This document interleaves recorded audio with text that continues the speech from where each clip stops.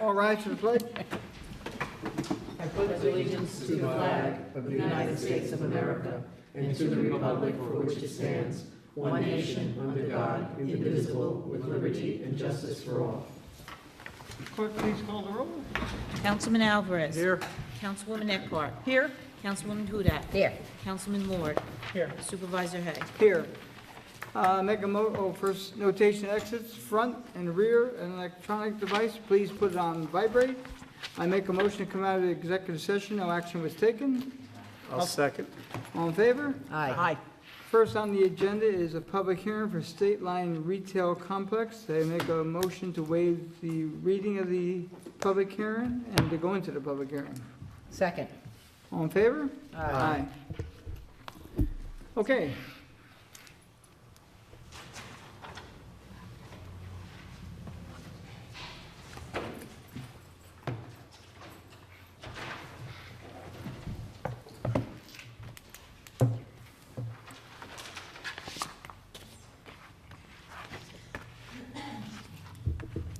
Good evening. Good evening. My name is Jamie LaJudas from Inside Engineering, Surveying and Landscape Architecture. I'm here on behalf of the Kamar Realty Investment Group Can as you hear that okay? Okay, go ahead, sorry.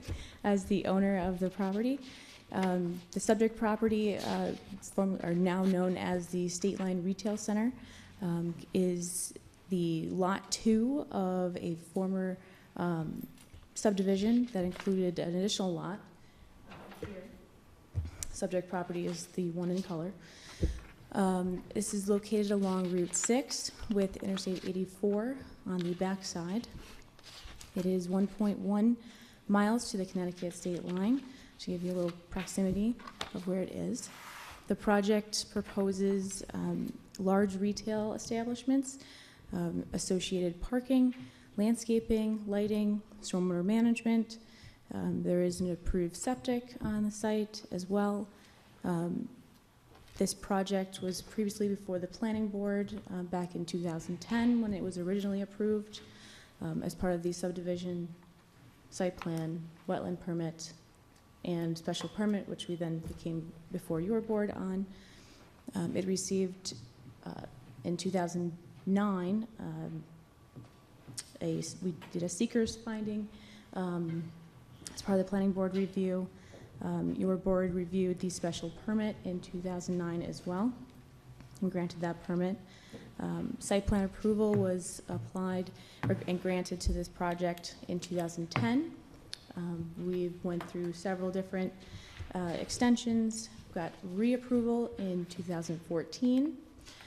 We have since been through all the extensions again and are now before your board, since your zoning requires us to come before you as the approval authority for large retail establishments for a renewal of this project.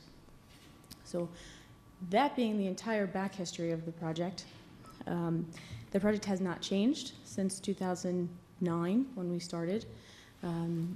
We have, it is fully approved.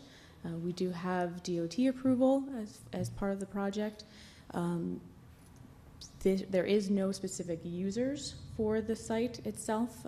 It is right now all speculation, and we're trying our best to market this to users to get them in.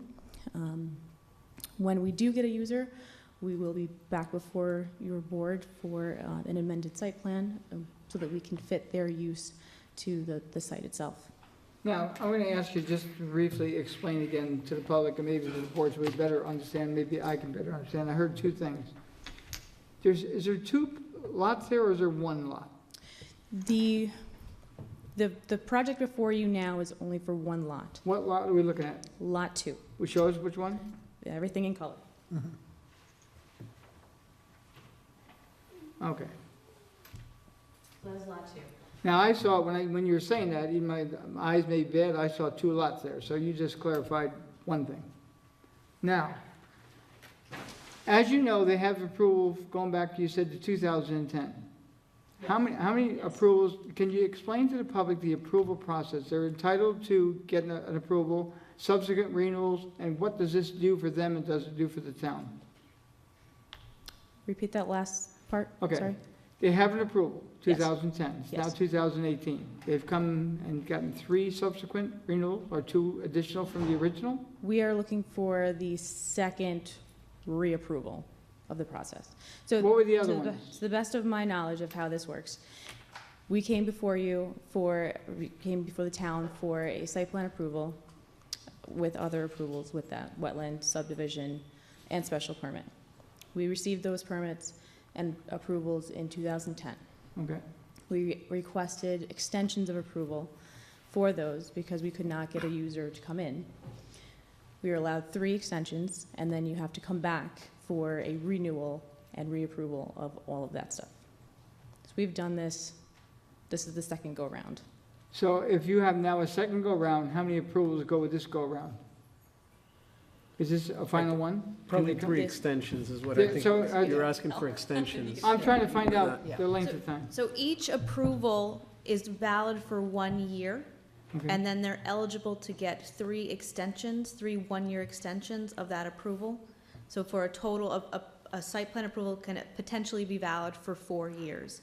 And once that last extension has expired, the applicant is required to come back to the town for a reapproval of the project. And at that time, that gives the town the opportunity to look to see if any background conditions have changed that would change the impacts of the project. So as part of this reapproval, we asked them to reflag the wetlands. We asked for some updated traffic information and other potential impacts that could be associated with this project were looked at. So this is a reapproval? This is a reapproval. Okay, and how long does this reapproval last? It 1 would year? last for 1 year, and then they would be eligible for up to 3 extensions. Okay, let's say at the end of 3 extension, which I hope it doesn't go that long, can they do it again? They would then have to come back for another reapproval at that time. How many can they do? Forever. Forever? Reapprovals, there's no cap on reapprovals. Okay. Thank you. Town board? Yes. I would like to hopefully keep the public hearing open tonight, even if there's no comment, because I don't think our wetlands inspector has gotten to go out and look at the flagging, and I want to make sure that that's all the same. I know it's pro forma, but I would feel a lot more comfortable keeping the public hearing open. Also, if anything's found, I don't want to have the applicant have to renotice everyone. So it's my opinion. And I know the DOT still had some. They came back today. I Yeah, believe. well, it's, yeah. But I'm concerned, I know the wetlands inspector is going out tomorrow. Yes, believe. that is our understanding, is that he's going out to the site tomorrow. We did have contact with him prior to. He asked that we reflag certain areas of critical importance, and he will be reviewing those flags tomorrow. Right. So I would just feel more comfortable keeping the public hearing open and voting on it after he's Would inspected we- everything. Would we That's be able to close with the comment period, giving him the option to comment during that period instead of keeping the public hearing open? That's up, I'm sure the board would entertain that. I would rather. Yeah, I think that would probably be fine, because something tells me that the fact that Mr. Coleman couldn't make it out there might be just a real a pro forma thing. I don't know however many people are here tonight to otherwise comment on the matter. I mean, if Ashley wants to weigh in on it. Just to comment, so Steve Coleman will be going out tomorrow. He did receive the plans this week, so there wasn't a lot of time for him to get out there. And then in regards to the DOT issue, there was an approval, a conditional approval in 2010. We have an updated letter that was received on Monday, which asked for some additional analysis. I spoke with DOT today. They're taking a look at all the files that I sent them. They hadn't been able to locate them prior to writing that letter that we received this week. They've now located the additional files. I think we should give them some time to get back to the town, so I think it would be appropriate to leave the public hearing open. Is there any time constraints on the project itself when they have to have this last approval? No time frame?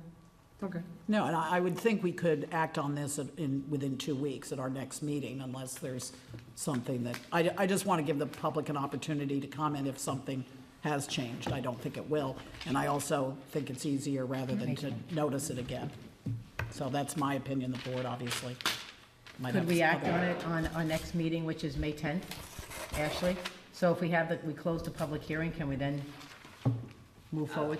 You can close the public hearing and act on the same evening. So if you were to leave it open and then you had the public hearing next meeting, nobody came, nobody had any comments, you could still close it and act on it at that meeting. I'm definitely opposed to that. I've seen it happen in this town before, and I don't like that process.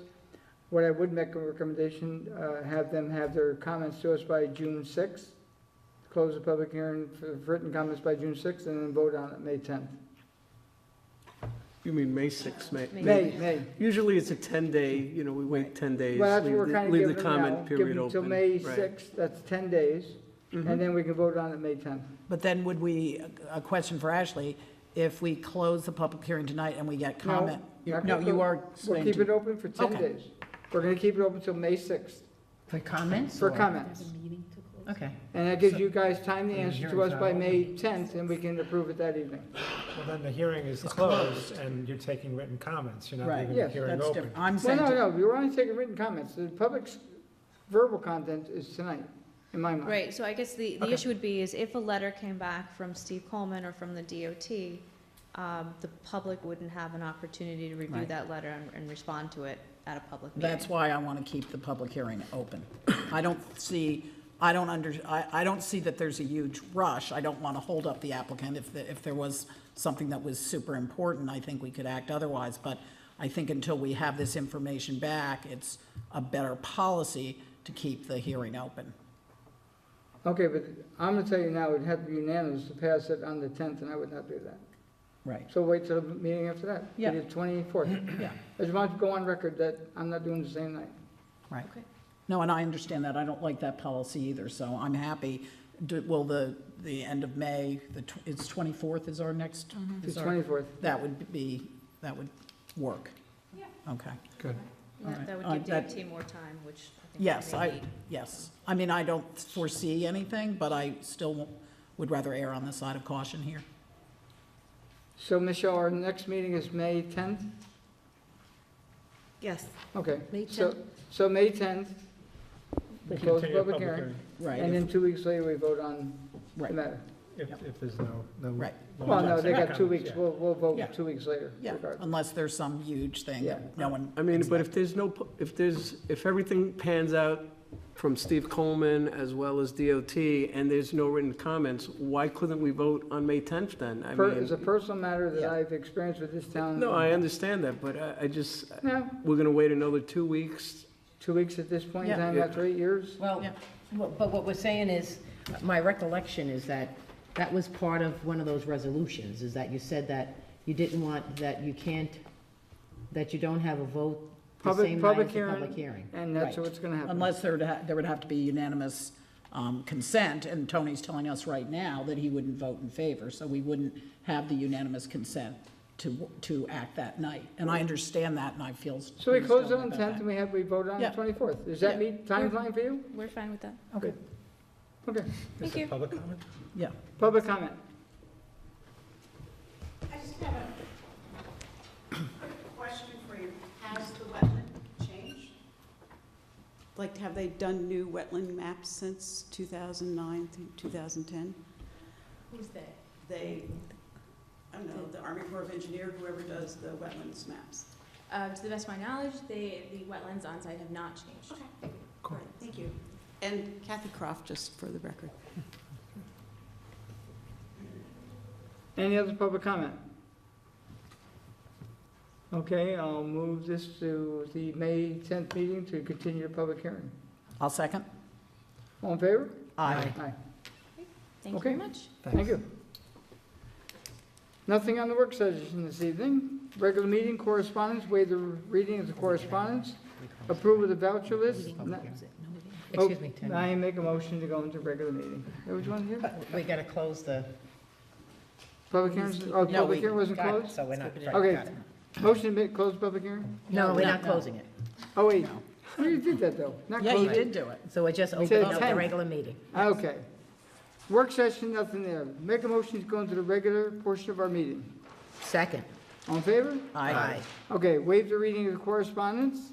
Number 2, approval of the voucher list, $971,072.35. So move for discussion. Second. Discussion. All in favor? Aye. Aye. All meetings will be held at 1360 Route 22, Brewster, New York, at 7 p.m. unless otherwise noted, Thursday, May 10, 2018. And of course, we have the public hearing continuation of State Line. And Thursday, May 24th, 2018. So move for discussion. Second. Discussion. All in favor? Aye. Waive the reading of the budget transfers. Next is 5, it's a resolution, IDA benefits, Fox Ridge.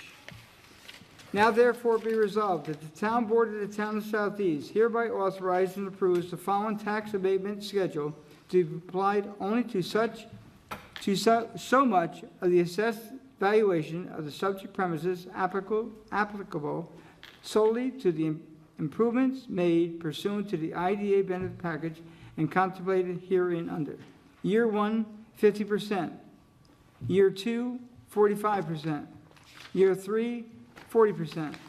Year 4, 35%. Year 5, 30%. Year 6, 25%. Year 7, 20%. Year 8, 15%. Year 9, 10%. Year 10, 5%. Resolved that the town clerk of the town of Southeast be and is hereby authorized and directed to transmit a certified copy of this resolution to the Putnam County Industrial Development Agency, the assessor of the town of Southeast, and the town of Southeast receiver of taxes. So move for discussion. Second. Discussion. I have lots to say. Pardon? I have a lot to say on this We'll let one. you go last. Okay. Sorry, Michael. It's all right. And I have my youngest associate with me. I so know, he knows that's a going to lot. be the killer for me. He's He's so got the cute. look. He's looking at He looks how I feel. Poor guy. Yeah, you can hate me because I made your dad come tonight. Or I thought I didn't, but anyhow, I don't know, do you have any answers for me from what I emailed to you? Yeah, I'll try to answer as much as I can. If you want to run through, I didn't have a chance to get back to my office to get my file, but I almost have everything committed to memory. And I want to thank you because I thought your replies were very thorough, and that was very helpful. Did you get a breakdown on, well, let me start with this because, and this isn't involving you, so you don't have to stand there if you don't want, but I want to read everyone the mission of the IDA as it's stated on the IDA, Putnam County IDA website, and that is, the mission of the IDA is to retain the present industrial tax base in Putnam County and help attract clean, environmentally sensitive manufacturing and industrial interests to the county. I've said it before, and I will say it again, I do not believe this is manufacturing or industrial. I know it will generate some jobs, but I don't think this really fits the bill at all as far as their mission statement for the IDA. I don't think this should fall under their auspices. I think because this is surrounded, is nearby residential, it's certainly fine to have a hotel there. I'm all for the hotel that's going to be there, but I do have some concerns. Most of them, and I really think doing due diligence is really important. I did drive to Stamford to see 2 other motels that were owned by the applicant. One was very nice, one wasn't great, but I felt much better having gone to see it.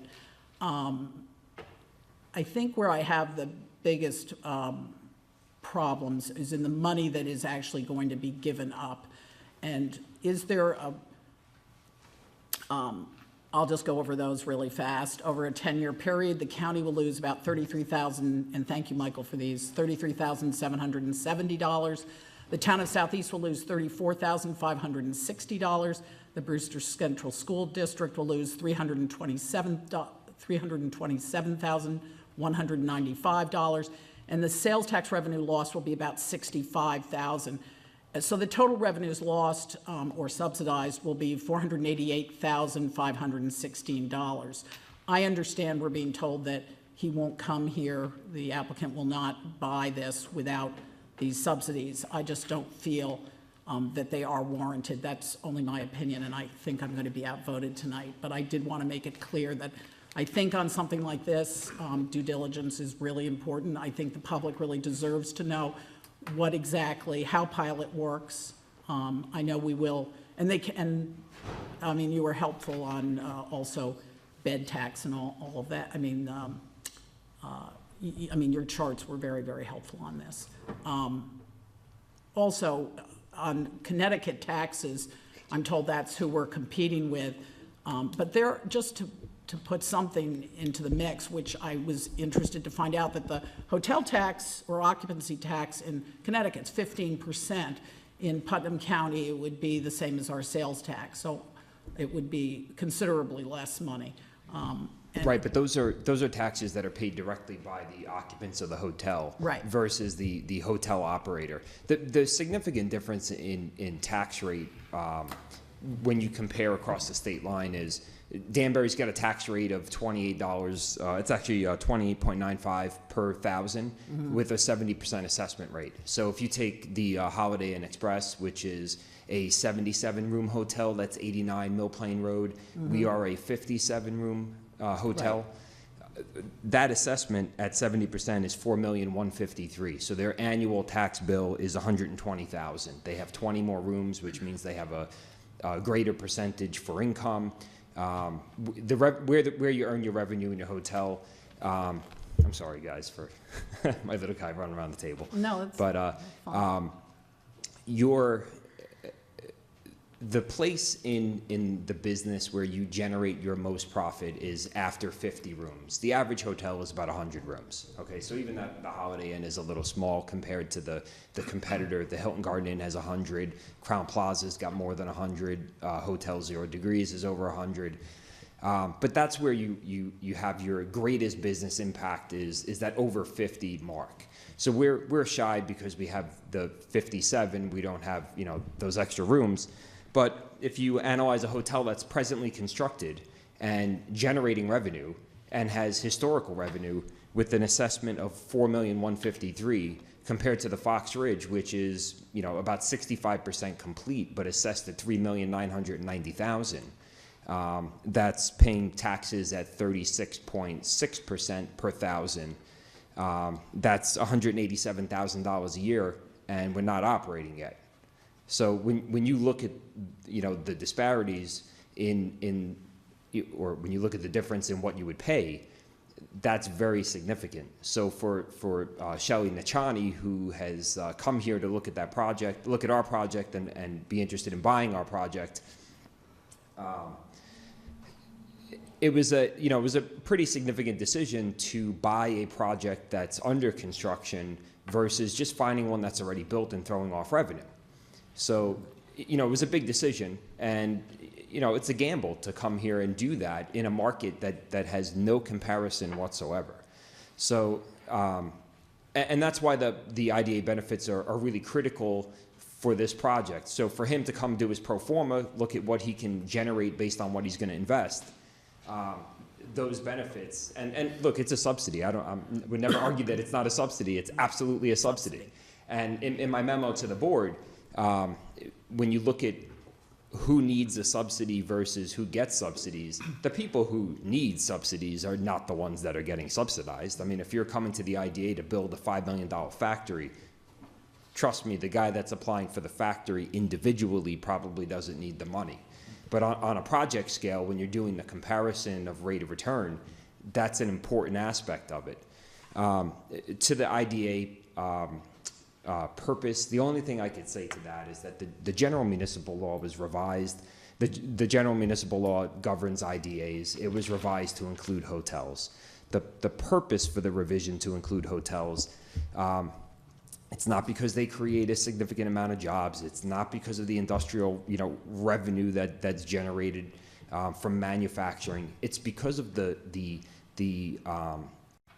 ancillary benefits that hotels provide by being in your community. So people come, they spend time in your community. We don't have that here other than motels, but people will come to hotels. They'll come here for business. They'll have dinner here. They'll frequent the businesses. And that's what the state legislature was thinking about when they decided to include hotels in their expanding the authority for the IDA to grant those benefits. Right, and my problem here is that proximity, there is no guarantee, and there never is, that people are going to stay and eat and shop and do everything in Putnam when we're so close to the border. That's just where it is. But Right, I mean, but if we were in Carmel and this hotel was in Carmel, it would be, we'd probably have a different story. It's Right. unique to us because we're on the border. Exactly, and also, I think it's frustrating to me because we are always assuring our constituents that, that these projects will generate a lot in tax revenue, and we really need them. And then when we do this, I think we're being a little bit hypocritical. Because also, the other thing I worry about is when we have another hotel that's been proposed and it's not through the process yet, but why wouldn't they come? I mean, that whole project was promising a lot of revenue, and of course, to me, it would be difficult to turn down another hotel after awarding these subsidies to Yeah, another hotel. I I mean, think- this is my concern, it's not your problem. No, it's mine. understood, and it's a valid concern. I think you could expect that the next hotel to come through here is going to look for IDA benefits. Yeah, I And do any too. other project that could qualify for IDA benefits are going to apply for it, because as long as it's available, I mean, just, put your business owner hat on. Right, Why wouldn't you apply for if you qualify, why wouldn't you apply for them? And, the New York State Legislature, through the general municipal law, has said, these benefits are available. I kind of liken it to, the agricultural tax exemption. This is, it's a method of using tax policy to generate a particular type of business. And that's really all it comes down to, is the legislature of the state of New York has said, these are the following things that we want to subsidize. So we provide the following exemptions or subsidies or, whatever it is. And so this happens to be one of those. And the thing that's really unique about this particular situation is that, we spent over 2 years looking for a buyer, trying to negotiate a short sale agreement with Putnam County Savings Bank to facilitate the deal. We came close twice. The first time we had an offer that was very close to the one that Nichani has agreed to, and it was rejected by Putnam County Savings Bank. And I think the rationale for the rejection was, at the time, they were going public, they didn't want to book the loss that they would have taken that year, so they rejected our offer. But if we would have went with offer number one, they would have had their money back, the same amount of money they're getting 3 years later or 2.5 years later. They would have been paid that money at that time. But look, I can't speak for the bank. They're booking a huge loss. The property owner is losing the property and over $1 million. The tenant, which is the son of the property owner, he's out almost, 1.5 million, 1.1 in straight cash. The rest is in liquidating investments and opportunity. So to have someone to come in to buy a hotel that's under construction or mid-construction, it's a big risk. And he was, Mr. Nichani was pretty clear with us that and it's a condition of our contract that if he won't do the deal unless he gets the benefits. And look, it's not to say it's not a threat or anything. It's just the reality. It doesn't feel good, though. No, I know It it just doesn't. doesn't, And look, I can appreciate that.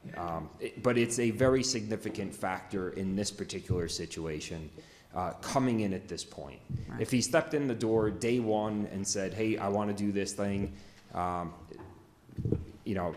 certainly. If you guys said, "Hey, look, we're not willing to offer those benefits," go ahead, do it if you want. If you don't, goodbye. I could understand that. Right. But anyway, that's what I have. As far as the jobs are concerned, there's most hotels that are this size will generate about 15 jobs. The manager of the hotel has the highest salary. It's going to be between 50 and 60,000. We'll have 2 assistant managers. You'll have the buffet person that'll operate the continental breakfast. They'll manage that with an assistant, and in an effort to keep the jobs at full time but not go over full time, you'll need to have a rotating shift of people. So house cleaners, there'll be about 6 or 7 house cleaners, and a few other jobs in between. But the total for the hotel based on the other businesses that Mr. Nachani has, is about 15. His other hotels were 99 rooms each, I think, the two I About- looked at. Yeah, Is that those, right? exactly. So this would be a little bit small. This would be, yeah, it is. Right, With at 57, 57. obviously, you're not going to have as much housekeeping staff. And, Right. you know, we have 2 conference rooms or 1 big conference room space, so there isn't going to be a lot of booking that has to go along with that. But the day-to-day concerns of the hotel would take about 15, Right. require 15 Right. people. And even, I mean, the one thing I would argue on, because I argue about everything, but is when you say it's like a pass-through, like the 15% hotel, well, the occupancy tax in Danbury, say, or in Connecticut versus, I mean, all of these taxes are passed through, otherwise you can't. Not real property taxes. Well, but you, I mean, you have to charge, your room rates are going to have to be based on being whole, you know, making some money, so. Yeah, of course. of So course. even though something's tacked on top, you're still. I'm not arguing about the Okay. tack on top, right? Okay. Well, the only thing I'm saying is that, you know, let's say the underlying room rate is $115 a night. If Putnam County charges 8.25% of a room tax, It's okay. whatever it is, you know, 15. Too much. Yeah, whatever that is, that gets passed directly on to the consumer. It's a Right. direct pass-through. So Right, there's that an it is more direct, absolutely. There's an expectation that when you book a room, that you're likely going to pay an occupancy tax. It's going to be on top of the rate. Right. But the property taxes, you don't get your invoice for your room, and in it is your slice of the real property tax. No. And that's my point. Okay. And the $65,000 on sales tax, do you know how that figure was Yeah, generated? we took what the present estimates were for the completion of the hotel, and backed out the labor, and that is an estimate of what we think are going. So let's say we have $650,000 that's specific to goods. That's what the sales tax benefit would be on. Take 10% is $65,000. Okay. So, but the sales tax that's collected as the occupancy tax. That's different. That's different. No. That's- This is the You're owner. the building. This is Okay. you as an individual paying sales tax for goods to build something. Okay, all right. That's not occupancy tax. That's totally separate. Okay. I think, as I said, I think this puts our town in between a rock and a hard place, which has nothing to do with you or your client. It really is because of other things that are planned for the town. So unfortunately, I won't be supporting this tonight. That's okay. I just wanted to make sure that you had as much information as possible. I'm in agreement. I think everybody should understand what the IDA does and how it operates. The IDA does have a public hearing for each project.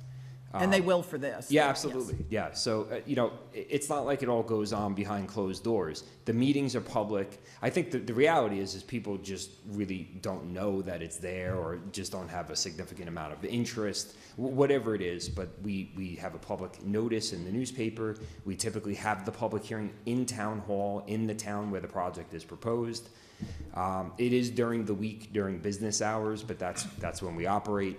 So, or that's when the IDA operates. I can't say we, Right. but Well, I think they meet at 6 in the evening. They do. so- They meet So in the- hopefully they can at least do a meeting at that time of day. well, no, all the meetings are at 6 p.m. But if you have a preference for a public hearing to be Yeah. at that time, then certainly I don't think they would have an issue with it. No, I spoke to Bill Nolk, and we were talking about that, and I don't think they do, but that we can cross that bridge when we come to it, so. Well, thank you. Anyhow, I've taken up too much time, but thank you, Michael. Appreciate it. Thanks for hosting us. Anything else on the board? Do you have any? I mean, I think Lynn's right, we're between a rock and a hard place, unfortunately, at this point in time. I know a lot of people who see that hotel and don't believe that it's ever going to really be developed, and it looks like a white elephant. So, under the circumstances, hopefully what it'll do is, it'll, I don't know how many alternatives we have. Will it be knocked down? Will there be a bulldozer there? Can we build something else, or is it just going to sit there and lie fallow during a period of time when I'd like to see something look like it's being developed? And I think Mike was extremely upfront and very candid with his responses, and I do appreciate him being here tonight. I mostly appreciate his son being here. But that being said, I'm going to be voting for the project. I'd like to see something that we can be proud of instead of what is sitting there right now today. As we all know, the project has been sitting there for well over 10 years at this point in time. And the things we're discussing this evening about tax breaks would have been over by now and moved on. I do have some concerns as well, like Lynn has brought up. I have a gentleman out here in the audience this evening, has a motel just up the road, always goes unnoticed. And it's kind of unfair to him, but if he was building his hotel today, he would be able to apply for these benefits. And it's my understanding the previous motel had these benefits offered to them? Yes, so the original benefits were granted in 2009. March 23rd of '09, we closed with the Putnam County IDA with the identical benefits. So We've never taken advantage of the No. pilot because we didn't get to the CO, the point of the CO being issued. But the process started back then. If the original applicant was here this evening, he'd be applying for basically the same thing to continue thing. forward. Yeah. Fine. Thank you. Anyone else? Yeah, I wondered if hotels are profitable after 100 rooms, and this one is just going to barely be profitable at 57. Well, Mike, that's your would you rule of just come thumb? up to the mic Yeah. and talk? You can bring him. Yeah. Bring him up, it's fine. I'm just wondering, is So- there future? No, it will be profitable. So there's a method of reporting for hotels. It's called the Smith Travel Research Report. That's an industry report that we look at for market trends. With a 100-room hotel, under the Smith Travel Research Report, it's anticipated that you will reach 50% occupancy each night. And what's interesting is that with a 57-room hotel, you take that information and you plug it into the Smith Travel Research Report, you could argue that you'll have full occupancy every single night. So I'm not going to say that that's realistic because I don't think that's realistic. But what we do think is realistic is 70% occupancy.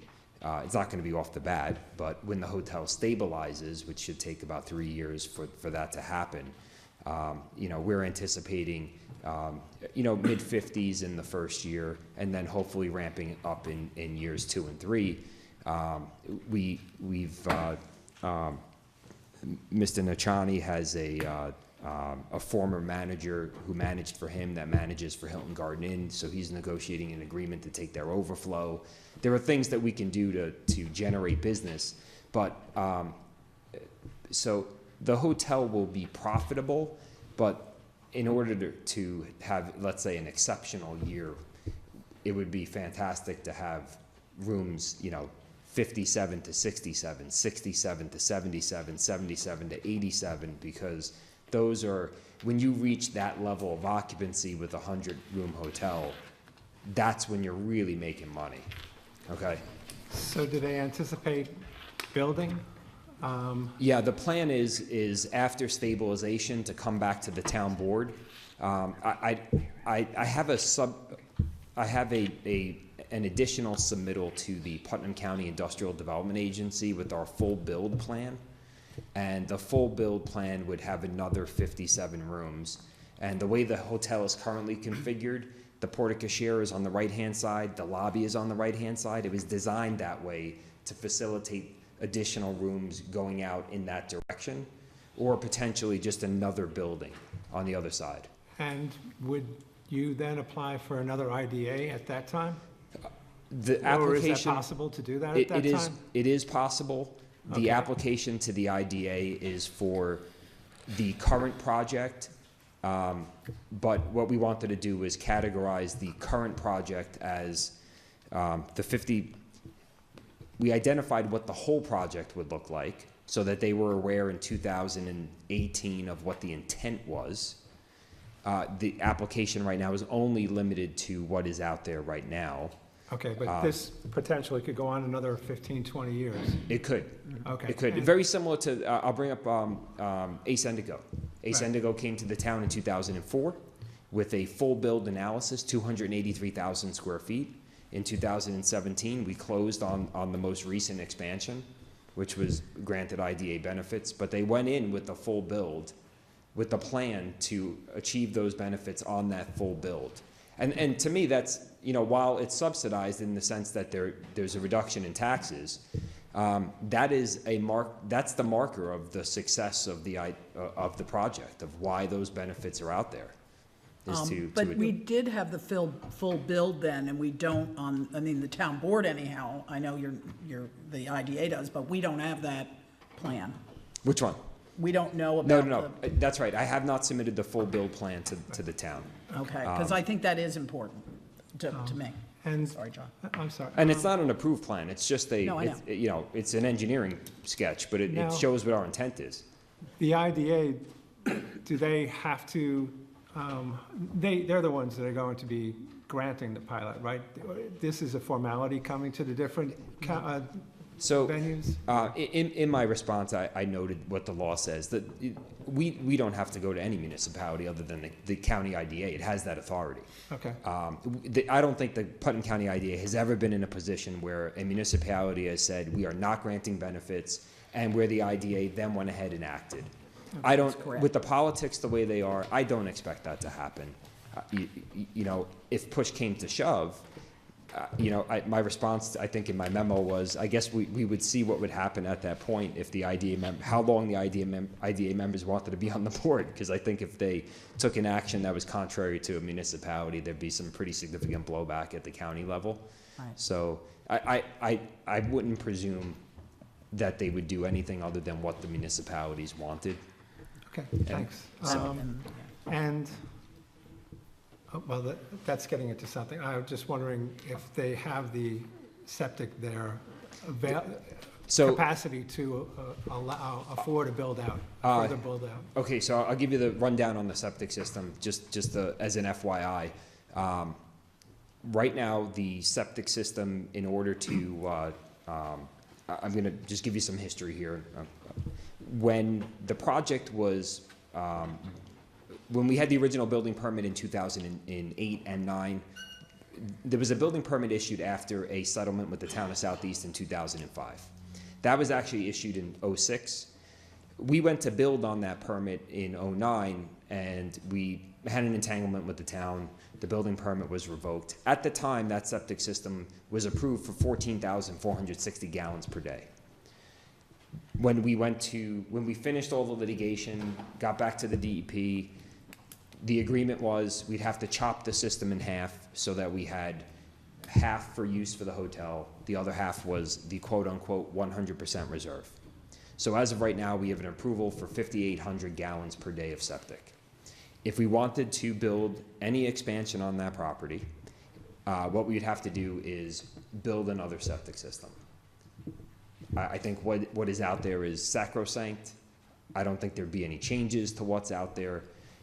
The one thing that I do believe is that with the according to our engineers, with the low water fixtures that we have now and the technology, I don't get the technology, but maybe they flush less water, you know. Yeah. But what we're anticipating is about 3,700 gallons per day, which would give us 2,000 gallons per day for some additional use. That's not enough for another 57 rooms, but it gives us a little bit of wiggle room. We'd have to locate a new septic system, or if the county came in with the line, at that point, we would have the full capability of building out that 12.5 acre property. Because with that septic system, then we have enough water. So then we'd be able to utilize what the zoning code allows. So no real study of the topography was No, we're done familiar to- with the geology, with the topography. But they would be able to locate another septic system on the property in the event that they needed one? We believe that we can, although that study, the Gillens were going to do that, but unfortunately, we just didn't get to it. Thanks a lot. Yeah, no problem. Thanks for your Edwin? time. Just, I think we've vetted it out, and a lot of great questions, and thanks for all your responses, Mike. But I agree, there's not too many options, and to me, it's not an option to just leave it alone and just sit there and get nothing done. And if we were giving the IDA benefits to the previous applicant, I don't see why we shouldn't extend the same courtesy to the current one. So I'm in favor of this. Thank you. Any last comment? Yeah, No. Sorry, just really quickly. Well, I do want the public to know, and Mike was very helpful on this, that, that the applicant or the owner can grieve their taxes even when they've, assessment, even though they've, and it would affect it would affect the subsidy. Also, you had mentioned that our town attorney can take a look at the contract. Yeah, we supplied the pilot to the town. It has to be signed by the supervisor. Right. So Okay. it would be subject to review. Okay, and I do wish there, I know there will be a chance for public input, because I do feel badly for our pre-existing motels and inns, so I hope that they can comment at that, and thank you again. That's it. Okay, roll call vote. Councilman Alvarez. Yes. Councilwoman Eckhart. No. Councilwoman Hudak. Yes. Councilman Lord. No. Supervisor Hay. Yes. Passes 3-2. Thank you for your time. Okay, thank you, Michael. Thank you. Number 6, resolution, SCAC approval renovation of 67 Main Street. Now therefore be resolved that SCAC, which stands for Southeast Cultural Arts Coalition, is hereby authorized to move forward with the plan of renovation of 67 Main Street in the manner and substance set forth in conceptual plans entitled Southeast Old Town Hall, Restoration and Adaptive Reuse by Archie Siegel, architect, dated November 15, 2017, and is hereby authorized to utilize such plan as part of its effort to obtain grant funding, and be further resolved that nothing herein shall be deemed an approval of final plans or as an approval of any modifications to the front facade of 60 Main Street building. So move for discussion. Second. Discussion. All in favor? Aye. I'm going to ask for help on number Yep. 7 and 8. Save my voice. I am going to read number 7.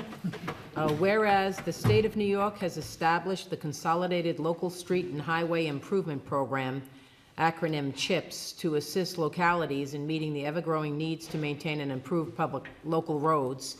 And whereas the New York State Legislature allocates funds to each local municipality for highway improvements pursuant to a formula, and such funds are appropriated to the municipalities as part of the annual state budget, and whereas Section 284 of the Highway Law of the State of New York, hereinafter Highway Law, contemplates that the town highway superintendent and town board enter into an agreement designating how funds received in state aid for road and highway improvement are to be spent in a manner designating locations and the amounts to be spent for specified road improvements. And whereas since 2014, the Southeast Town Board has made numerous requests of the Southeast Highway Superintendent that such designations and expenditures be identified, agreed upon, and approved annually by the Southeast Town Board prior to allocating and expending CHIPS and road repair funding. And whereas since all requests to date have gone unheeded and without acknowledgement by the Southeast Highway Superintendent, the last being sent in a letter dated April 3, 2018, the Town Board deems further action is necessary. Now, therefore, be it resolved that the Southeast Town Board demands that the Southeast Highway Superintendent provide the following: a full accounting of CHIPS and road repair funding allocated, received, and expended in 2014, identifying roads and mileage of each road repair in each instance; a full accounting of CHIPS and road repair funding allocated, received, and expended in 2015, identifying roads and mileage of each road repair in each instance; a full accounting of CHIPS and road repair funding allocated, received, and expended in 2016, identifying roads and mileage of each road repair in each instance; a full accounting of CHIPS and road repair funding allocated, received, and expended in 2017, identifying roads and mileage of each road repair in each instance; a full accounting of CHIPS and road repair funding allocated to the town of Southeast in 2018, together with a list identifying roads and mileage of each road repair in each instance, together with the estimated cost of each repair for the town's board's review and approval. And be it further resolved that should the highway superintendent fail to provide the information set forth above to the Southeast Town Board on or before May 24, 2018, then the town board shall take any and all actions available to it by law to enforce this resolution and the highway superintendent's compliance with Section 284 of the Highway Law, and be it further resolved that the town clerk is hereby directed to deliver a certified copy of this resolution to the highway superintendent forthwith. Moved. I'll second. Discussion. All in favor? Aye. Number 8 is a resolution extension of Blackberry Sewer District petition of Parkland. I will read the resolves. Resolved and determined that the notice of hearing was published and posted as required by law and is otherwise sufficient. B, that all property and property owners within the proposed extension district are benefited thereby. C, that all property and property owners benefited are included within the limits of the proposed district.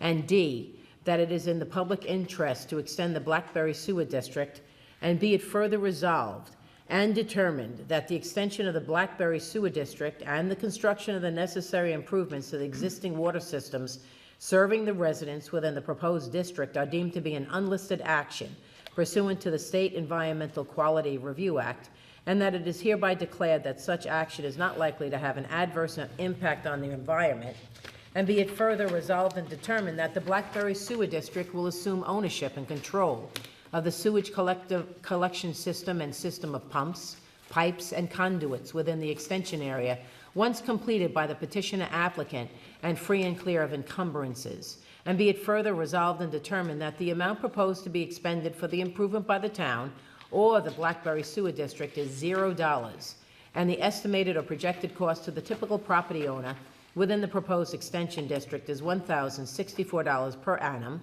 And be it further resolved and determined that the extension of the Blackberry Sewer District encompassing the lot, parcel, and piece of real property described as 306 Tenetta Lake Road, tax map number 56, period, 12-1-1, parentheses, the premises, close parentheses, is hereby granted, parentheses, subject to approval of the Office of the New York State Comptroller if necessary, close parentheses, and on the conditions, A, the petitioner applicant shall post with the town clerk the necessary performance security in an amount specified by the town engineer and approved by this town board, and B, all necessary work to connect to the Blackberry Sewer District wastewater treatment plant shall be completed, and all fees for the connection to such district shall be paid within 1 year of the adoption of this order.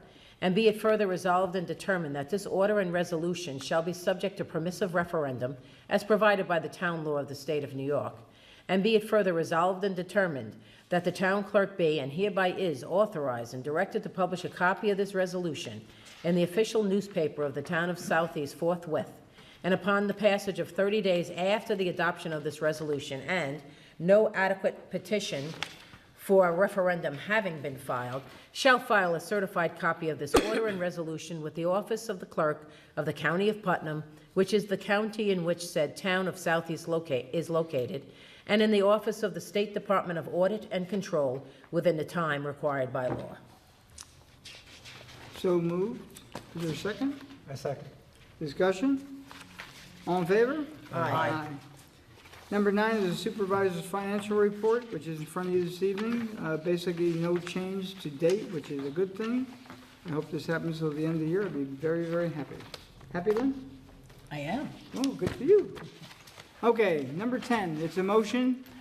Now, at our last meeting, we appointed Jerry Schrammick to our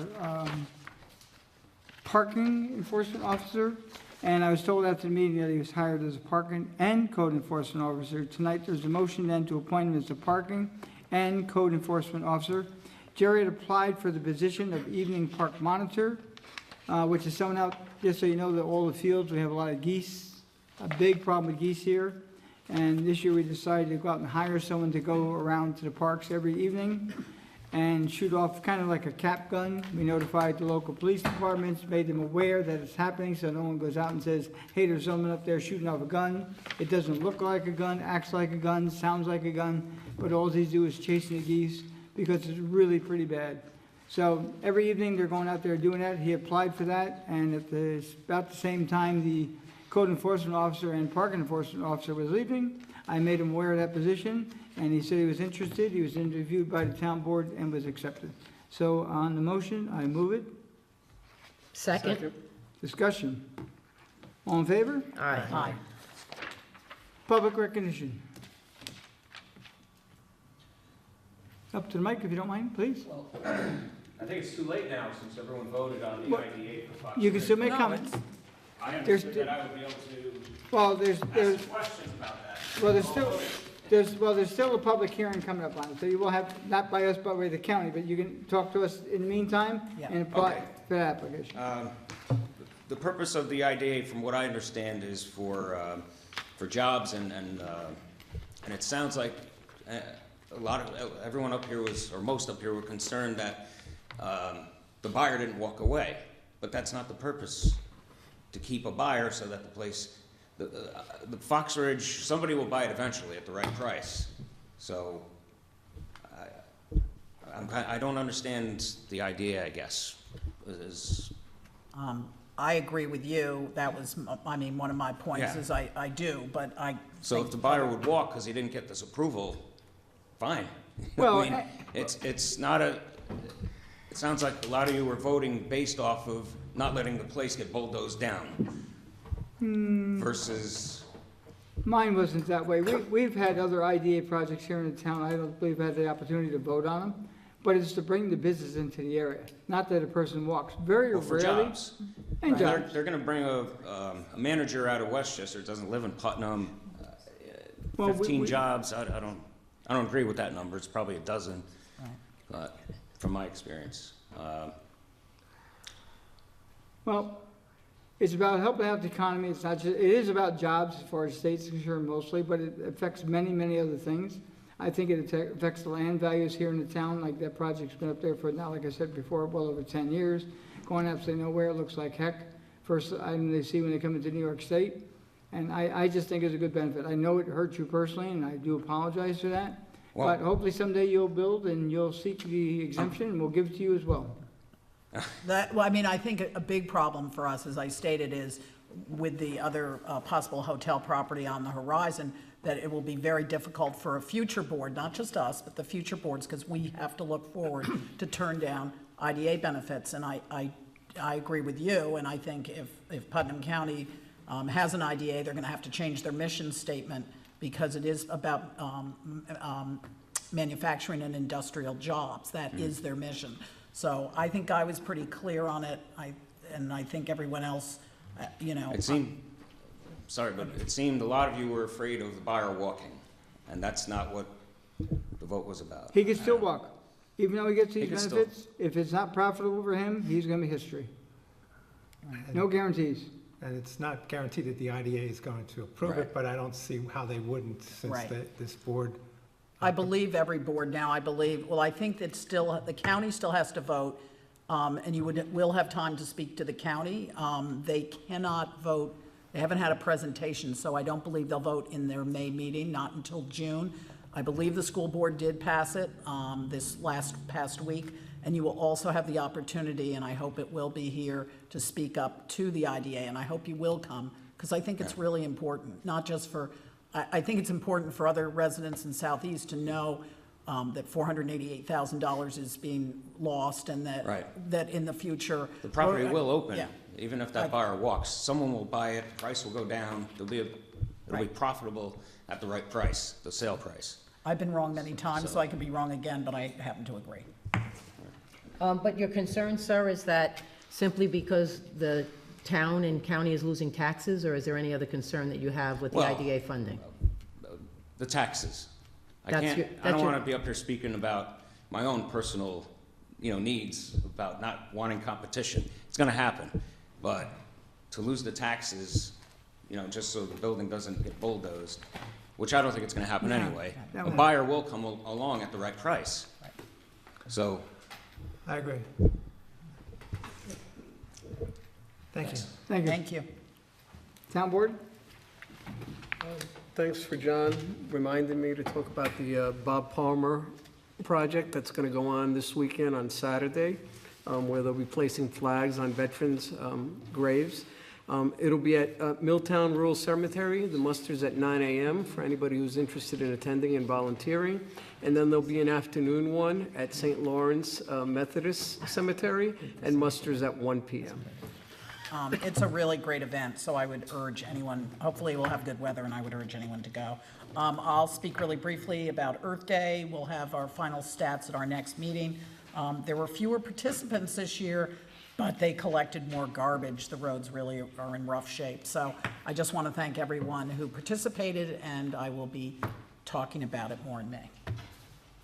I attended the Brewster Village. They passed their budget, and again, without exceeding the tax cap. I'm pretty happy about that. There's not going to be a Founder's Day this year, which is regrettable because I think it's a good day. Everyone comes out. It's been sunny the last few years, so I'm going to miss that. Coalition for a Better Brewster decided that they didn't want to do it this year. We're planning to have a information meeting for Tenetta Lake next Thursday evening at Lakeview Manor. The Tenetta Lake Advisory Board and also some other lake community residents are going to be coming out to find out what they can do to maintain the health of the lake. And that's going to be at 8 o'clock. I will confirm that. It'll be on the website. Just have to get one other person confirming it. And can I talk about this blasting thing that's going to happen? Sure, just don't blow the place up. Okay. We got a notice today that it's the property at 70 Holmes Road, starting on May 2nd, running through May 29th. Blasting will occur sometime between the hours of 8 a.m. and 5 p.m. That'll be Monday through Saturday. So do not be alarmed. They're doing work there. And from what I understand, 3 minutes before a blast, there'll be a siren, then another siren 1 minute before the blast. So just to let you know that everything's not going to Explode. Right. Anyway, thank you. John, did they say why they weren't going to have the Founder's Day?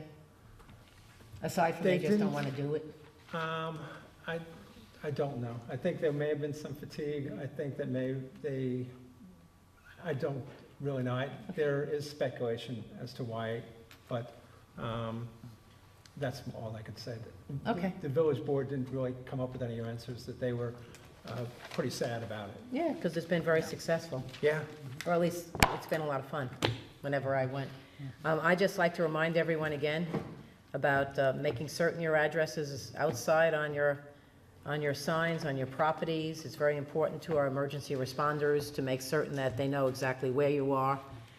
Please urge your neighbors, too, if they don't have their numbers and their signs up, and that it's very important to identify your building for that reason. Thank you. One bit of good news, Scalpino Park is going to have some lights. Next week, they'll be on.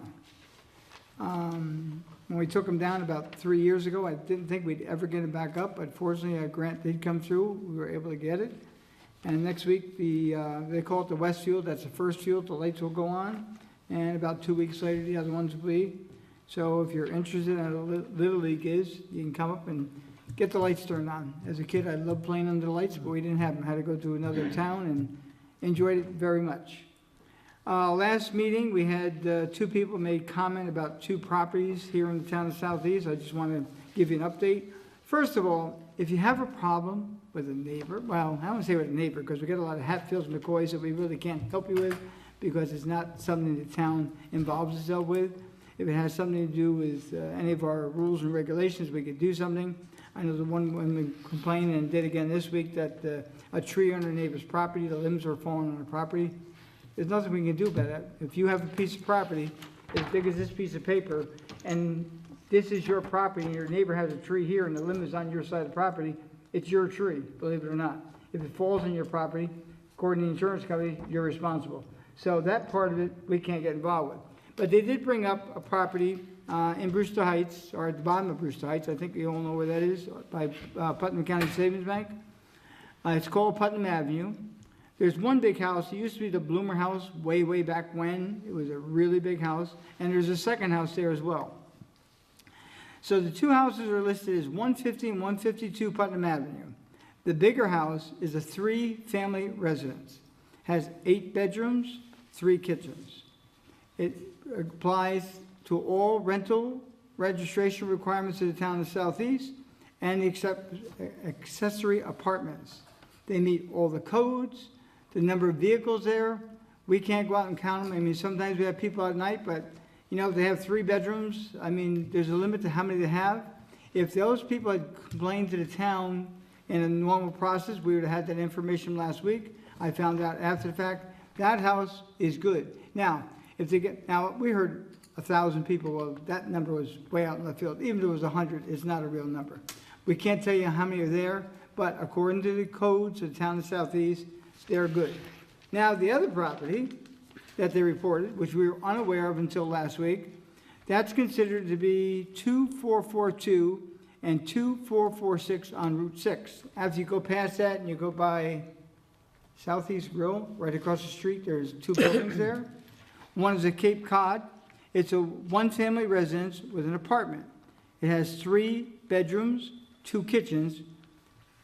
They do not have rental registration, and they do not have accessory apartments. So as of tonight, as actually tomorrow, they'll be getting a notice of violation. They're not adhering to the town code. Also on that property is a 1-family residence. It has 1 bedroom and 1 kitchen, and evidently it's being rented out, and they do not adhere to the rental registration and accessory apartment code of the town of Southeast. So both those units will be receiving notice of violations tomorrow. And Lori, thank you for that information. Anyone else? Seeing none, I entertain a motion. Make a motion, we close tonight's meeting? Is there a second? Come on. Don't look for me, I'm saying. I talked all night, I'm done. I'll offer a second. All in favor? Aye. Thank you all for coming.